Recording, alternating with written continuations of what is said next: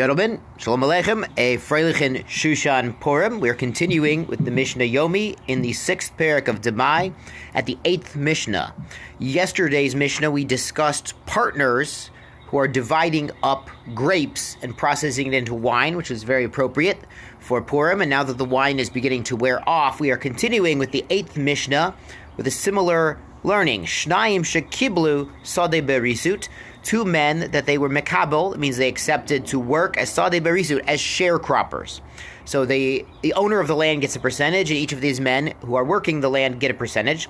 Oshi yarshu, or they inherited the land from a relative. Oshi tafu, or they became business partners and then started working together on their land. Yachol hu lomar, one can say to the other, Tol ata chitim, you take the wheat as your share, shebamakom ploni, the wheat that's in a certain place, like the wheat on that side of the field. This we're talking about wheat that's attached, says the Barnura. Vani chitim shebamakom ploni, I'll take the wheat on the other side of the field or in another place. Ata yain shebamakom ploni, you can take the wine in one place. You know, they're stacking the barrels in their wine cellar. You'll take that side of the wine cellar. Ani yain shebamakom ploni, and I'll take the wine that's in the other side. What's going on is there is a breira in this event where they are allowed to, the one man who is meticulous to take tithes is allowed to say to the other, I'll take this part. And what he takes, we assume it was always his all along, so he's going to take tithes normally and let the other man take tithes as he sees fit. And we're not so sure he's going to take all the tithes, but he's going to take tithes as he normally does, and it won't be the problem anymore because there is braver in this case. And we allow the ma'aser, the man who takes tithes, to just say, I'll take mine and you take yours. Aval, the Mishnah continues the last part of the Mishnah, Aval lo yomar, we can't tell him, Tol atachitim v'nisorim. You take the wheat, I'll take the barley. Or Tol atayayin v'niatol shaman. You take the wine, and I'll take the oil. So Baruch Hashem, they've got a whole operation vineyard going on here. There's wheat, there's barley, there's wine, there's oil. But in the Seifa, he can't do this. He can't split it up under different species because it's like doing business. It's like trading because they each have an equal percentage of the wheat or the barley or the oil or the wine. They're business partners. They're inheritors.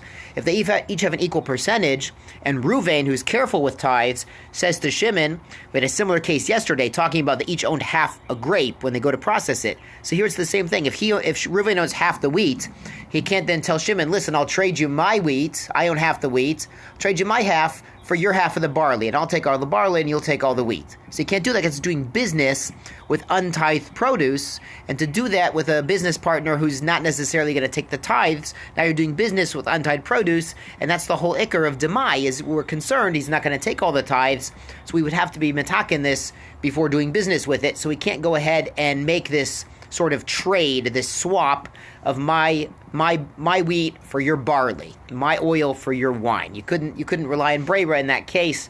You would have to go ahead and you'd have to assign it. I'll take the wine in this place, and you take the wine in that place, because they each have half a right in it, and they'll have to go and be metaken what's his. Continuing with Mishnah Tes, Chaver va'ama aretz shiyarshu et avihem ama aretz. It's a very interesting case. And hashkafa, because what's going on is there's a chaver. Now, chaver is not just someone careful with tithes. That the Mishnah calls that a ma'aser. A chaver is meticulous with tuma and tahara as well. He's very careful with all areas of life. He's learned. He's careful. He's one of these vasikin guys. He's really careful, and he comes from a family of amaretz.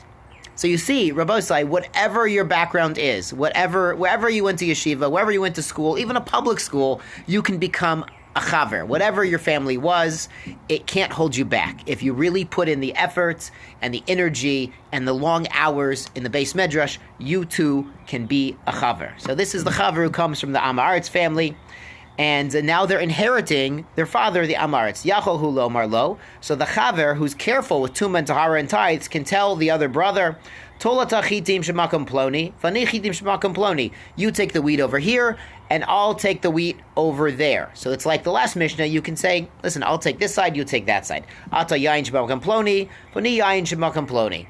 And I'll take the wine over here, you take the wine over there. So this is just an even division, which makes sense because he's really entitled to half of the Yerusha, and the other brother the other half. That's fine. Aval, the Seif of the Mishnah, gives us the wrinkle here. Aval lo yomar lo, tola tachiti and vanisorin.